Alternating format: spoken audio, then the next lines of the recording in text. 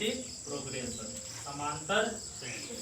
देखो समांतर श्रेणी कहने का मतलब ये है कि जैसे मान लो कि हम प्राकृतिक संख्या लेते हैं, क्या लेते हैं? प्राकृतिक संख्या, ठीक है। प्राकृतिक संख्या में यदि हम देखें तो संख्या किससे स्टार्ट होती है? एक से ना, 1 2 3 4 5 इस तरह से है। सम संख्या, सम संख्या 2 4 6 8 इस तरह से। विषम संख्या यानी ऑड नंबर, ऑड नंबर किससे स्टार्ट होगा? 1 3 5 7 ऐसे, आया समझ में?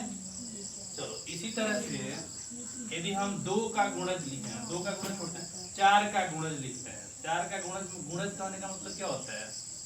गुणज कहने का मतलब होता है पहाड़, क्या? मल्टीपल, ठीक है। तो 4 4 दूना 8 4 3 12 4 चौका 16 4 पचे 20 और 4 छके 24। इसी पर हमको जो है थोड़ा सा थिंक करना है ना। प्राकृतिक संख्या, सम संख्या, विषम संख्या, इन संख्याओं को हमको गौर से देखना है।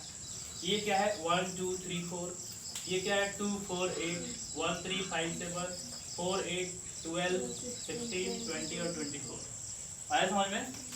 इसी तरह से एक और हम संख्या लेते हैं, मतलब जैसे मान लो कि एक और श्रेणी लेते हैं, है ना।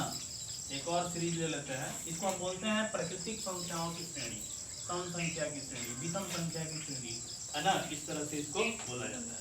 तो एक और मान लो श्रेणी ले लेते हैं, जैसे मान लो कि 1 है, 1 के बाद जो है आपका 6 है, फिर आपका 11 है, फिर आपका 16 है, फिर आपका 21 है, फिर 26 है, एज लाइक दिस, है ना।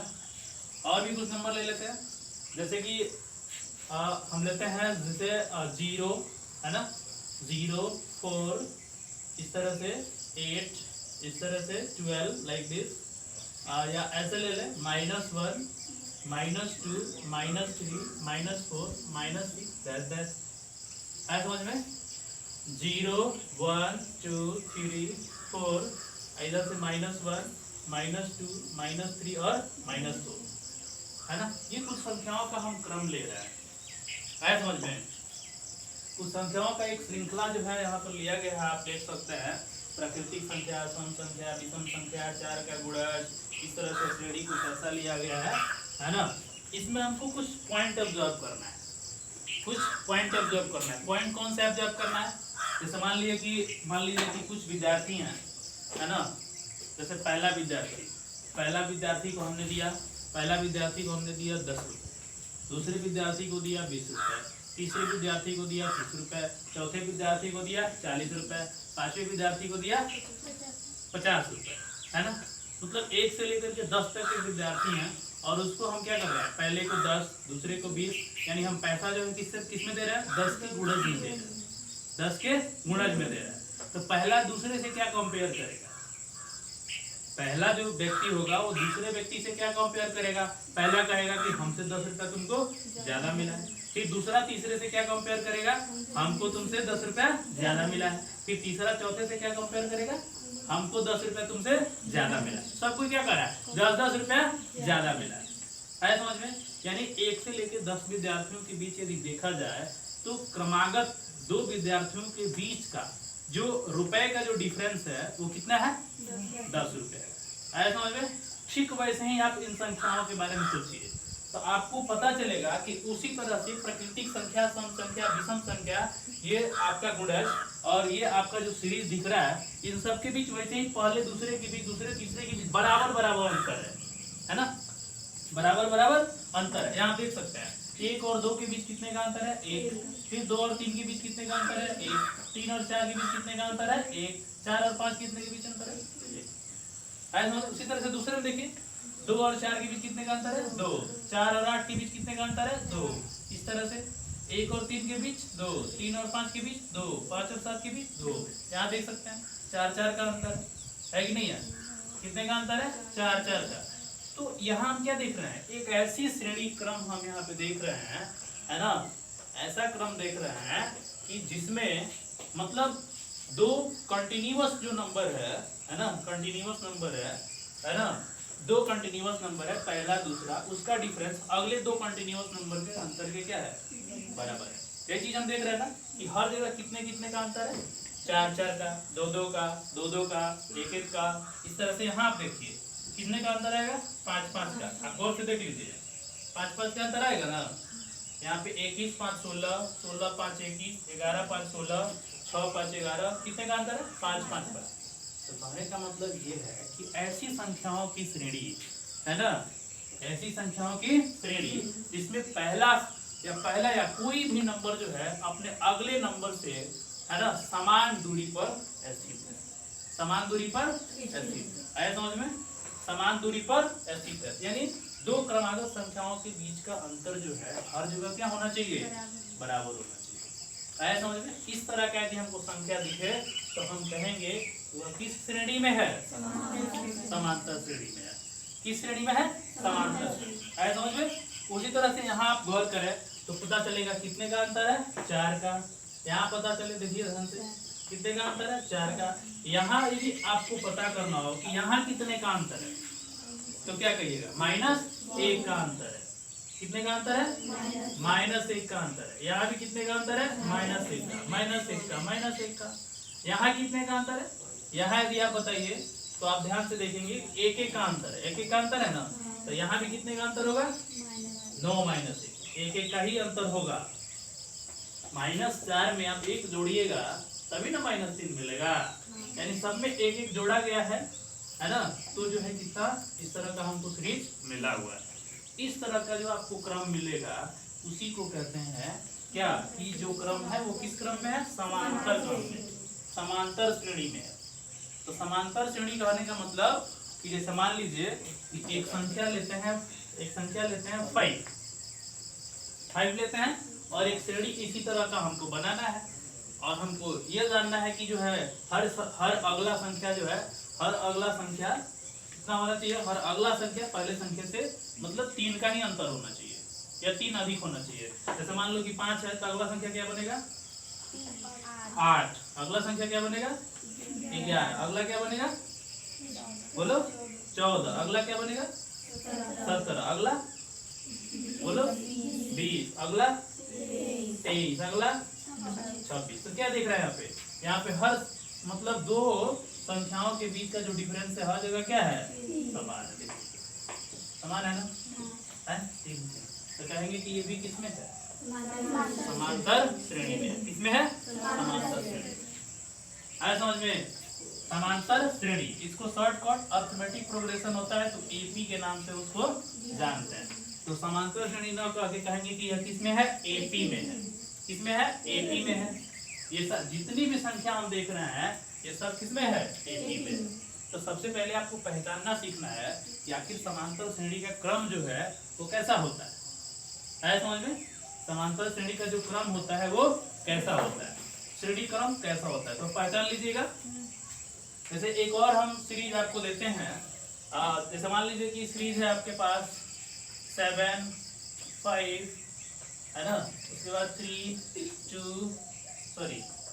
1, 1 के बाद आ गया -1 है, फिर उसके बाद आ गया -3, फिर उसके बाद -5, फिर उसके बाद -7, इस तरह से। तो क्या आप बताएंगे कि यह एपी में है, बोलो कितने का अंतर है, 2 का अंतर है। -2 का कि +2 का,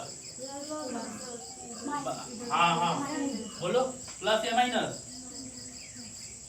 सोचो 7 और 5 के बीच प्लस का अंतर है कि माइनस का अंतर है, माइनस क्या, -2। यदि आप +2 कहेंगे ना तो फिर तो अगला 9 बनना चाहिए ना, ऐसे समझे। -2 का हर जगह क्या है, अंतर है।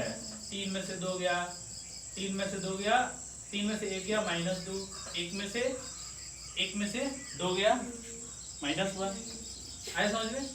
इस तरह से -2 का हर जगह क्या है, अंतर है, देख सकते हैं। आया समझ में।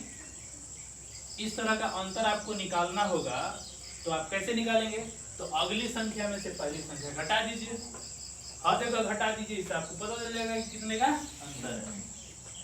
एट रैंडमली यदि हम एक संख्या लिखते हैं 9, 7, 6, 5, 11, 2, 3। तो क्या आपको लगता है कि ये एपी में है? नहीं। क्यों? क्योंकि हर जगह जो है आपका डिफरेंस क्या है? सेम नहीं है। -2 है, यहाँ पे देखिए -1 है, यहाँ पे देखिए यहाँ भी -1 है, यहाँ देखिए कितने का अंतर है, यहाँ तो सीधे 6 का अंतर है, यहाँ देखिए कितने का अंतर है, -9 का अंतर है यहाँ पे, है ना? और यहाँ पे देखिए कितने का अंतर है, +1 का। तो क्या ये हर जगह अंतर बराबर है? नहीं है। तो हर जगह बराबर अंतर नहीं है, तो फिर हम कहेंगे कि यह किस में है? नहीं है। समांतर क्रम में है? नहीं है। This is not in AP, यह यूपी में नहीं है। तो एपी को हम ऐसे ही समझते हैं। तो आपको मान लीजिए कि एग्जाम में दे दे एक संख्या का श्रेणी आपको दे दे, है ना? एक संख्या का आपको श्रेणी दे दे 11, 12, 13, 14 और बताइए कि क्या एपी में है? एपी में है। एपी में है। देखिए कितने का अंतर है? एक का अंतर है। आज समझ में? -3, -2, -1, ये क्या एपी में है? एपी में कैसे, मतलब कौन से श्रेणी क्रम जो है एपी में है, जो दिया होगा एपी में है, तो उसको कैसे पहचानेंगे? तो अब तो एट रैंडमली पहचान सकते हैं ना किस तरह से एपी में है। आया समझ में? चलिए, अब इसमें क्या क्या नाम होता है, मैथमेटिक्स में कौन कौन सा इसके अकॉर्डिंग नाम होता है और हमको उसको पहचानना है। तो सबसे पहले आपने क्या सीखा? एक पहचान सीखा। ठीक है? क्या सीखा? एक पहचान सीखा। एक और एग्जांपल आपको देते हैं। जैसे मान लीजिए कुछ लाठियां हैं, और क्या लाठियां, उसको सजाया गया है। क्या किया गया है? सजाया गया है। कुछ इस क्रम में सजाया गया है ना? इस क्रम में सजाया गया है। जैसे मान लीजिए कि लाठी है, सजाया जाता है तो खाली आगे का भाग दिखता है ना, गोला। मान लो कि सजाया गया, ठीक है? 1, 2, 3, 4, 5, 6, है ना? आया समझ में? अब यहाँ पर आपको देखना है कि जो लाठियां सजाई गई है वो किस क्रम में सजाई गई। आप गौर से देखिएगा, किस क्रम में सजाई गई है। आया समझ में? वो किस क्रम में सजाई गई है, आप देख सकते हैं। आए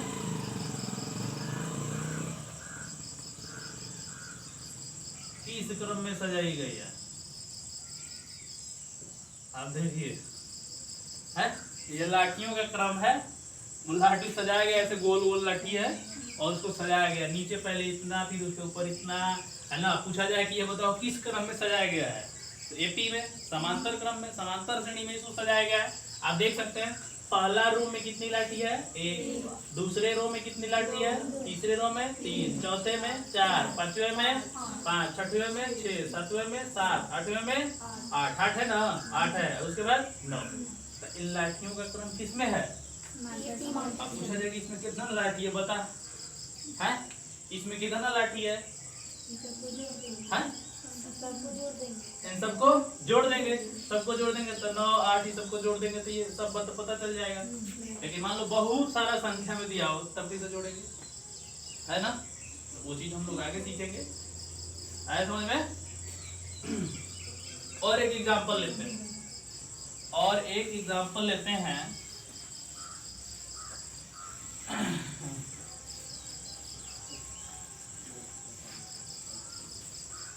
जैसे मान लीजिए कि एक व्यक्ति है, क्या एक व्यक्ति है ना? यहाँ पे एक डब्बा रखा गया है, क्या डब्बा, ठीक है?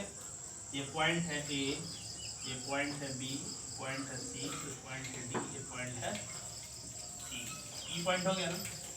है जैसे मान लीजिए यहाँ पे गौर से देखिएगा, ये जो डब्बा है, ए से इसकी दूरी कितनी मीटर है? 5 मीटर। कितने मीटर है? 5 मीटर है। आया समझ में? और उसके बाद से जो इसकी बी की जो दूरी है, ये कुल मिला के आपको 3 मीटर का है। कितने मीटर का है? दोनों के बीच का डिफरेंस कितना है? 3 मीटर का है। आया समझ में? अब यहाँ गौर से देखिएगा, एक व्यक्ति है ना? ये लड़का है, ये क्या करता है ना? इस टोकरी में आम रखे गए। क्या करता है? आम रखे गए हैं। आम रखे गए हैं इस टोकरी में, और ये लड़का आता है यहाँ से ए से, कहाँ से? ए से चलता है और आम उठाता है ना, और फिर वापस, है ना, ए से चलता है और फिर वापस जो है ये कहाँ चला जाता है? बी को चला जाता है, ठीक है। ये कहाँ से चलता है? ए से चलता है, फिर ए से कहाँ जाता है ना, फिर ए से कहाँ जाएगा? बी से, बी तक। चाहे ऐसे छोड़ो, पहला वाला व्यक्ति है, ये फर्स्ट व्यक्ति, सेकंड, ये सब व्यक्ति हैं, 1 2 3 4 इस तरीके से रखे गया है। पहले वाले व्यक्ति को आम लेके जाना है ना, तो बताओ आम लेके फिर अपने उसको सीट पे चले जाना है, तो बताओ कितना मतलब दूरी तय करेगा वो? ए से आम तक आना है और आम से फिर ये तक जाना है, कितना दूरी तय करेगा? 5 मीटर का तय करेगा जी, 10 मीटर का आएगा और जाएगा, 10 मीटर का तय करेगा। दूसरा वाला बताओ कितना? 3 मीटर, और फिर इधर से 5 मीटर, फिर से इधर कितना आ गया? 16 मीटर। इसके आगे वाला बताओ, सी के द्वारा दूरी तय किया गया, बताओ 22 पक्का 22 मीटर। ये कितना हो गया? इधर से इधर 3 और 3 6 और 6 5 11, 11 दूना 22। इसी तरह से अगला डी का बोलो 28 मीटर। इसी तरह से अगला बोलो 21 मीटर। 31 मीटर, हाँ 34 मीटर। कै को का हो गया? A B C D E, A B C D E, यानी यहाँ भी एक व्यक्ति है ना, और यहाँ भी एक व्यक्ति है। अब इसको गौर से देखो, है ना, सब जो है कितनी दूरी तय करते हैं? समान, मतलब उनका दूरी का जो क्रम है, पहला जो है 10 मीटर, 16 मीटर, 22 मीटर, 28 मीटर और 34 मीटर। तो क्या दिख रहा है यहाँ पे?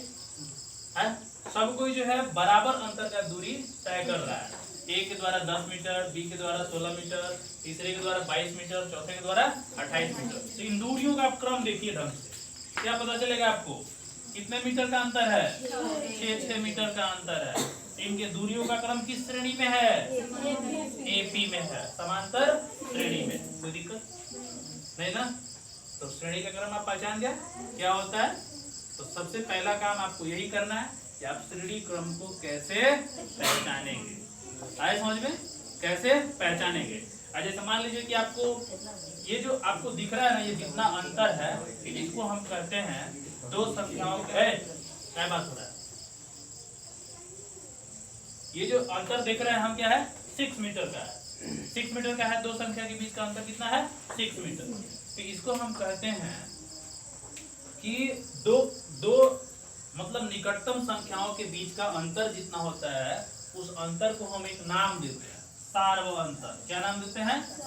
सार्व अंतर। सार्व अंतर को अंग्रेजी में कहते हैं कॉमन डिफरेंस। क्या कहते हैं? कॉमन डिफरेंस के नाम से जानते हैं, इसको कॉमन डिफरेंस कहते हैं। तो अब आप ये नहीं कहिएगा कि कितना अंतर है, अब ये कहिएगा कि सार्व अंतर कितना है, चाहे कॉमन डिफरेंस कितना है। बात समझ में आ गया? एपी और एपी में हर दो संख्याओं के बीच का अंतर सार्व अंतर कहलाता है, यानी उसको हम क्या बोलते हैं? कॉमन डिफरेंस बोलते हैं। यहाँ बताओ, इन संख्याओं के श्रेणी में, इन दूरियों के श्रेणी में कितने का, ये 6 मीटर का अंतर क्या है? सार्व अंतर है, कॉमन डिफरेंस है। कितने का डिफरेंस है ये? Common difference. आया समझ में? ये बात समझ में आया? एपी की पहचान कैसे करें? ओके, ठीक है। तो पहले देखो, कोई भी बात हमको समझनी है तो उसको एकदम क्या करना है?